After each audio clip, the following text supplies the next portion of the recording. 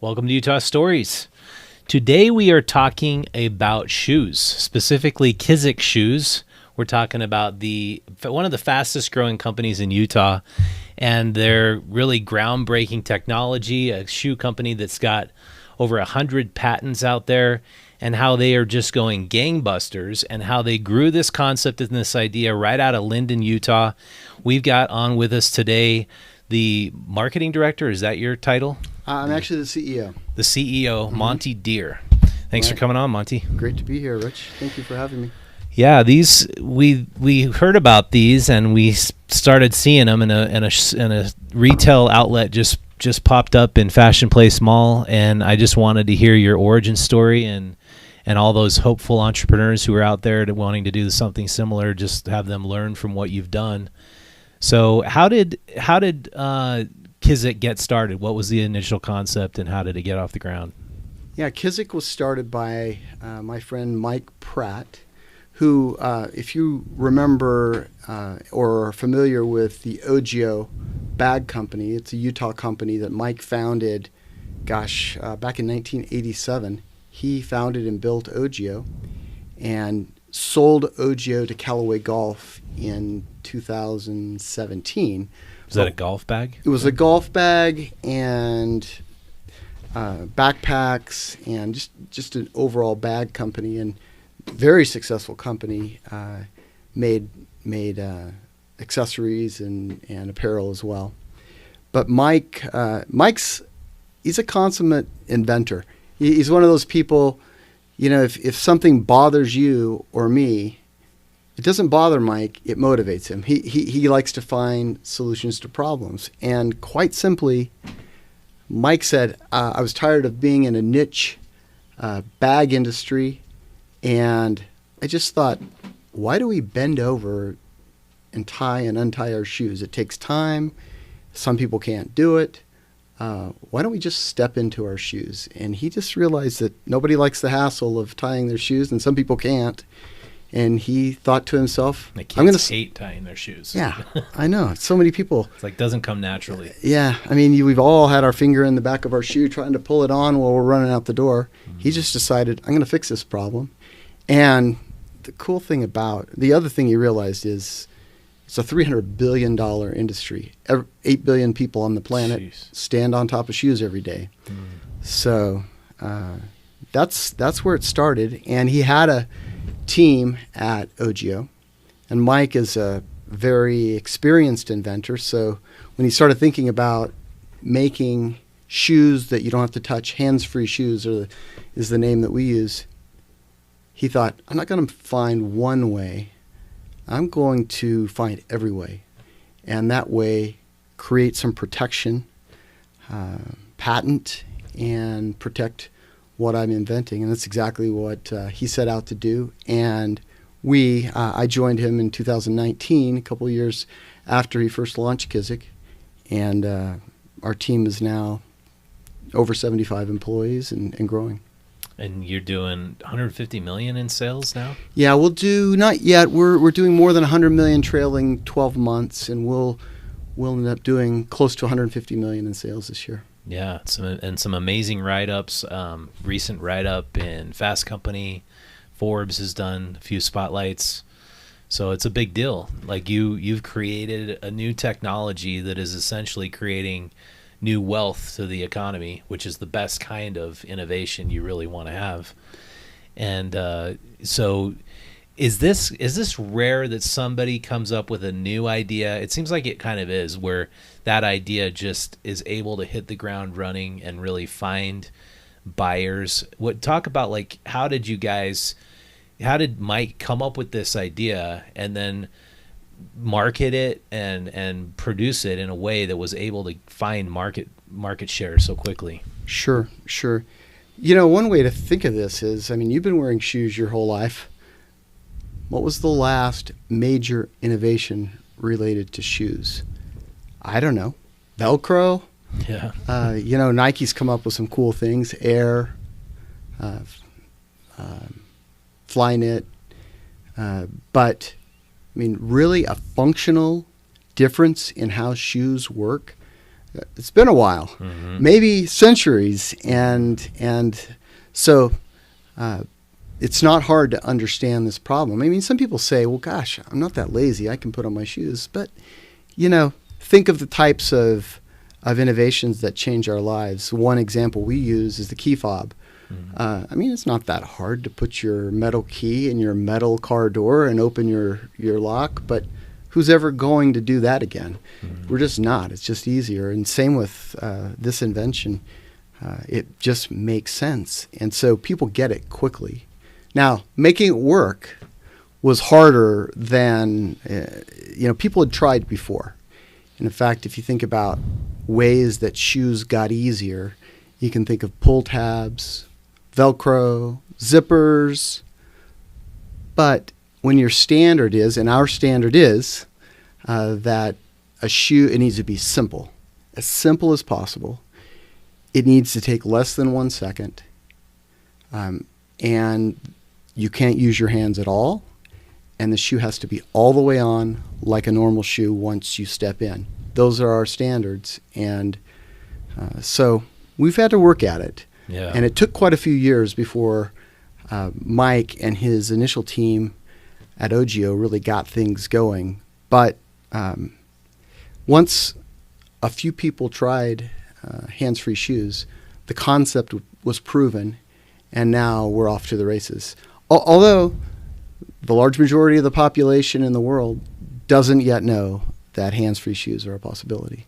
Yeah, and it's essentially a spring. Can you show that mechanism in the back? Well, yeah, this was our first. This is our first hands-free shoe, and the first apparatus. We call it the Flex Arc or the F1. Was it was complicated and a little bit expensive because inside of this arc is a titanium nitinol alloy that's plastic encased, and titanium is a really cool material in that you can pull it apart, it'll go right back to its same form.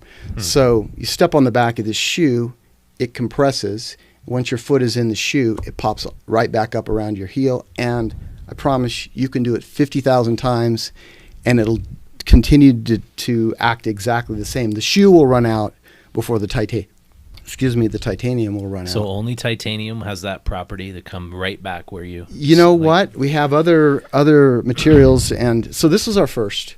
Call it the Flex Arc. Our most popular and best-selling, we call it a cage. It's made out of a polyurethane plastic, and it simply compresses and then rebounds. So you step your foot in there, the shoe opens up, and when your foot is all the way in, it pops right back on.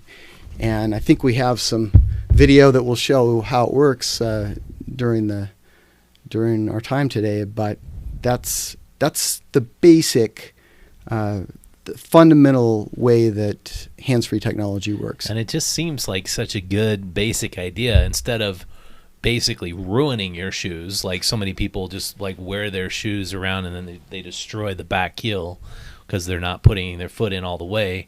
This just compresses with you putting your foot in and bounces back up, and right. Yeah, it's and what happens in a customer's or consumer's life is she puts those shoes by the door, and she's got a handful of groceries and a handful of kid, and steps right into those shoes without touching them in less than a second.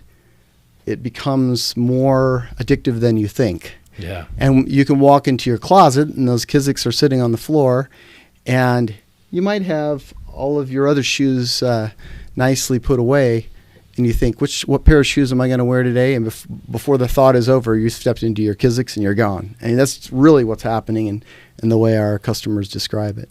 So was it a full-on engineering team he had at his disposal to create all the different kinds of ways you could possibly put your feet in your shoe? Yes, and at first it was a few ways.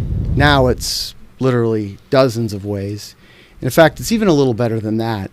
I came on board in 2019, and the first hire after I came on board was Eric Nielsen, our general counsel and patent lawyer.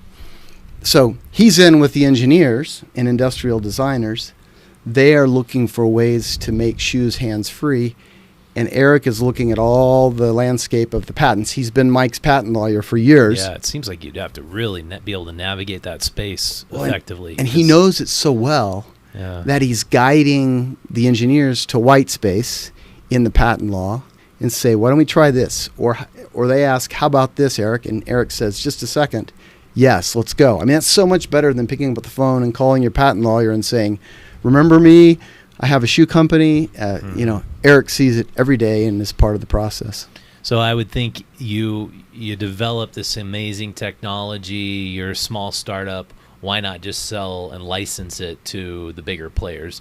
Like you mentioned, I mean, Reebok, Nike, there's $70 billion. Is that what you said was the number? $300 billion. $350 billion is the total to come into shoe sales per year. Wouldn't that be super intimidating to try to compete head to head with those guys? Did you think about just licensing it right away? In fact, we did license to Nike and continue to license to Nike. Nike was an investor in our parent company in 2019. And at the time of Nike's investment, we also granted a license to Nike. So Nike has the right to use our technology to make hands-free shoes and has done so. But interesting how things go. In 2019, we completed that license with Nike. We started talking to other major footwear companies about a license. And that was right about the time that the pandemic occurred. And with COVID-19, other footwear companies' retail stores were closing. You couldn't go to Foot Locker. You couldn't go to Nordstrom to buy shoes. And so all of those potential licensing clients, those footwear companies, turned inward and said, you know what? We're not in licensing mode right now. We're trying to stay alive.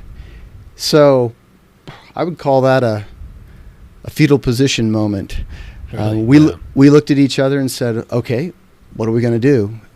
If licensing was our plan, and we've got a really good start with our friends at Nike, it's not working right now. So we said, okay, let's build a brand. And we had already started building the Kizik brand.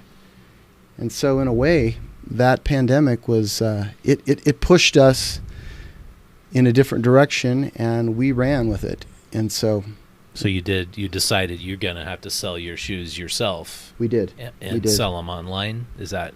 Yes, and in fact, at the time, we were selling mostly more expensive leather shoes to independent specialty footwear stores. And that was about the time we decided, wait a minute, let's do this online. So we pivoted, and we started building a shoe that was athleisure in nature, lower priced than what we were selling before, and we started creating video content that would demonstrate the functionality and show the problem that our shoes solve. And boy, that really caused us to take off. In fact, we used a Utah-based company called Harmon Brothers. A lot of people know Harmon Brothers. And they helped us make our first serious video content that caused us to really take off. And it was right in the middle of 2020 when it happened. Wow. So you just all these people immediately started just clicking and buying right off your website? It's a little harder than that because, people look at a video of someone stepping in our shoe and it looks really great, but they say, wait a minute, is that really true? And so, the way we make it work is we allow free return and money back within 30 days. And so still, people are a little jaded, and the response we always get almost 100% of the time is, wow, I didn't know if this is really going to work. It really works. Yeah.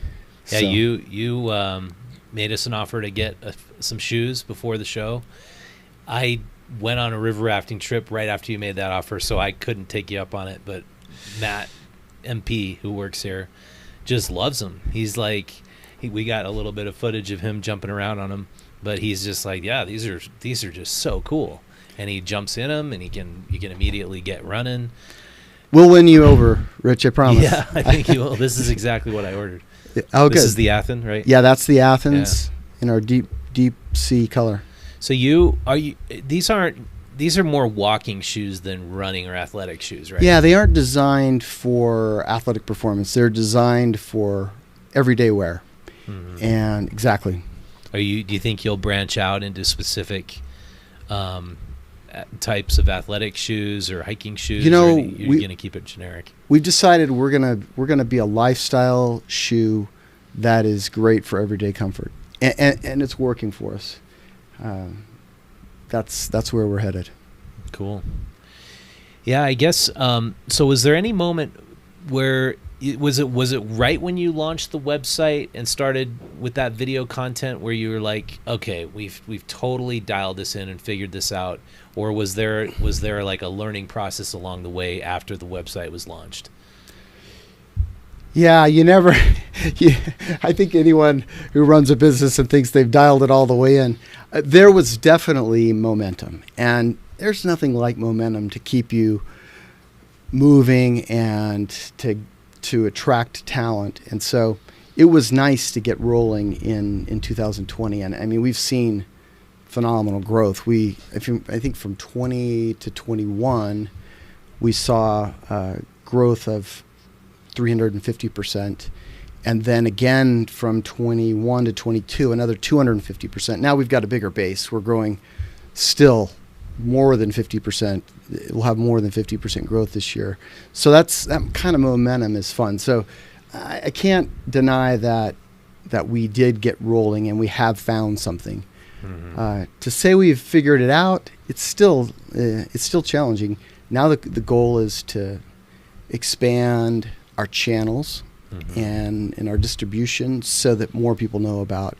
You going to get Kizik. In more retail stores, do you think? So, what retail outlets are you in right now? Right now, we've just launched a few stores with Nordstrom, and Nordstrom is really great at service, great at telling a story on their floor. And our launch was only 3 months ago in April, and it went really well. And that's so great. Now we're working on our systems to be able to expand our presence at Nordstrom. We also opened our first own retail store at Fashion Place Mall here in Salt Lake City. That has gone phenomenally well. We have a pretty good following online here in Utah. And Fashion Place is like the only really great mall left, it feels like. Yes. Well, I'll just say it's working for us. We're located across from the Container Store there in Fashion Place, and our expectations were one thing, and we're probably performing at double that right now. That's great. So it's exciting. Yeah, and it's so the only other shoe company I can look at. I just read an article about it in the Wall Street Journal. Is Hoka. They came out of France and they were kind of a sleeper a little bit, but then they've just totally taken off. Do you think that there's this sort of demand now for other brands outside of the Nike, Adidas core of brands? You think there's more people who are somehow just deciding, let's look somewhere else and see what else is out there? Well, I'll say this. I've been watching Hoka for a while, and if you look at Hoka over the last 6-7 years, Hoka has grown from smaller than we are today at about 60 or 70 million 6 years ago, and now have crossed the $1 billion, actually $1.3 billion mark in sales. And so I'm not blind. So what do? We Hoka's brand president, Wendy Yang, stepped down and retired recently, and I started calling her, and we brought her onto our board. So she knows what it looks like, and we'll have her help as she's guiding us and guiding me as we lead the company. We also hired a hotshot VP of global product from Hoka named Gretchen Weimer. She's joined our team, and so we're learning from them. So it's a good example. Great company, great shoe. That's great. And you know what Hoka's done is they've taken a sort of an unusual technology and built a brand around it, and helped their customers love it. And that's what we're it's after. It's kind of crazy because right before it seemed like they came on the radar, it was all about no sole, just flat minimalist. Yeah. Like almost walk in bare feet if you can, run in bare feet. And then here comes this big, giant, cushy running shoe, and I'm like, no way. And Cloud9 is another one I saw at REI. The REI rep was talking, like this is the greatest shoe ever. Yeah. I mean, don't you love that they've made completely new but very comfortable underfoot concept so popular? Yeah. Yeah, well, great. Do you have anything else about the advice you would give to potential inventors about how you get your product off the ground? I run into people all the time. When we had the Made in Utah Festival for 6 years, I just highlighting makers of products. It just seems like it's really hard to go from that incubation idea stage to getting it into a factory setting where you're really doing volume and you've really clinched on to a good market where you have a big growing audience base or customer base. What would you recommend to startups who are trying to do something like that? Well, I think a combination of vision and product and market fit. I remember I was privileged while I was still, the way I got associated with Kizik is I was Mike Pratt's attorney, and Kizik's attorney here I'd built a law firm with good friends here in Utah, and I traveled with Mike to Asia because he was looking for a factory partner that would invest and would believe. And so I think that story is I was with Mike and he believed. He went and told a 70-year-old factory owner who had owned factories in Asia for 40 years. He said to him, he picked up the shoe and he said, "What do you think, Mr. Chow? Do you think a hands-free shoe could matter all across the world?" And Mr. Chow just pumped that shoe, and Mike said, "I think it won't be long until 10% of all shoes on the planet are hands-free." And in fact, there was a little bit of language disconnect, but Eric Chow said, he said, "Mike, I think this is a golden chicken." I think he meant a golden goose, but he said, "I think you got a golden chicken here, and you're going to be laying eggs for a while." So what's the lesson there? Boy, you've got to see the vision, the big picture. And then you got to be able to tell your story in very simple terms with this very simple prototype is what we had at the time. Mm-hmm. And Mr. Chow understood it. And then... But did he go straight from prototype to big factory in Asia? Did he just make that leap? Well, fortunately, he had spent some time in Asia, so he knew a little bit about how to talk to factories. But yes, I mean, he went from prototype. He had to get someone's help to make his first shoes, and people don't really make shoes in the United States. There just aren't factories. Yeah, you just can't get the workforce cheap enough to compete. And they're so good in Asia, and so that's what he did. But I think that vision and being able to tell the story was important. He also, boy, that product market fit is harder than you think. Trying to help someone understand, knowing if consumers will understand the problem that you're solving that they don't even know that they have. Yeah, and that was exactly what we had. But early on, the team at Kizik was in front of plenty of clients with customers with prototypes, just saying, okay, just use your imagination. Pretend this is the best looking shoe you've ever seen and step into it. And they started to see early, okay, they get it. Mm-hmm. That aha moment when they step into the shoe is something new and something special. Yeah. I think of something Steve Jobs said, like a lot of companies do focus groups and tests and A/B and like what does the market want and trying to figure that out. I think as an inventor, you're trying to solve a need the customer doesn't even know they don't even know they need. You're finding a need in the marketplace that you know exists without somebody articulating it to you. And that's the best kind of invention. Yeah. And I think you could do customer focus groups all day long. But I heard, even you mentioned Hoka earlier. Hoka's original founder, Jean-Luc Diard, is a friend.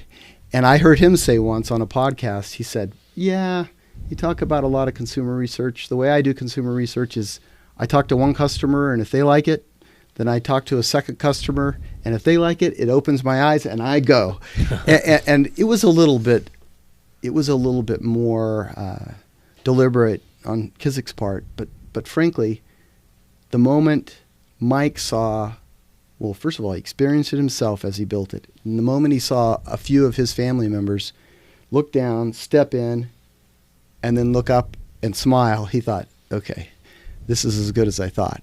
And you just have to start opening eyes. And I'll just think about this. We haven't even launched our shoes in Japan or Korea or the Middle East, where people take their shoes off and on every time they walk in and out of a building. Mm-hmm. So there's a world out there waiting for what we're making. Yeah, that's a giant market. Yeah. Well, it sounds like you got the world in front of you, a big market to go and conquer. That's what we're after. And we're doing it here in Utah. Isn't that great? Yeah, it's so cool. It's so cool to see that kind of economic development. Like I like to point out, support the incubation of great ideas, not corporate welfare to Scheels, Cabela's, Costco, Walmart, every single. It's like that's the best kind of economic development, creating wealth through technology and good ideas. And I'll just give a plug to Utah, because when the Utah ecosystem, and we're really in a technology ecosystem, and it's mostly a software technology, but when these inventors and builders in Utah get a look at or a whiff of innovation, they applaud it, they buy it, they support it. And we have so many friends among our ecosystem here in Utah, and they help us and they lift us. Yeah, you definitely see that. That's part of the pioneer spirit. Yeah, I think you're right. On Pioneer Day. Yeah, that's right. It's like support the local industry and the local economy. It's crazy good here in Utah. Yeah. Well, Monty, thanks so much for coming on. Thrilled to be here. Yeah, really appreciate it. Thanks, Rich. All right. And if you haven't picked up our current issue of Utah Stories magazine, it's our farm issue. We interviewed farmers all over the state of Utah, the most innovative, the best farmers, and the reasons why we need to support local farms. And this is almost all gone everywhere. But if you want to subscribe to the magazine, you can go out to utahstories.com, and for $3 a month, you can subscribe to it. And very soon, we are having our membership portal available on our website. For $5 a month, you can become a member of Utah Stories. And with that membership, for a limited time, you're going to get a free ticket to our documentary release of our big film we're releasing with Broovies on homelessness and housing. That's going to be released in September. The first 500 people who sign up to our member area are going to get access to that. So for $2 more, for $7 total, you can get the magazine and the member portal. So support local journalism with supporting us there. Thank you so much for watching, and I will see you next time.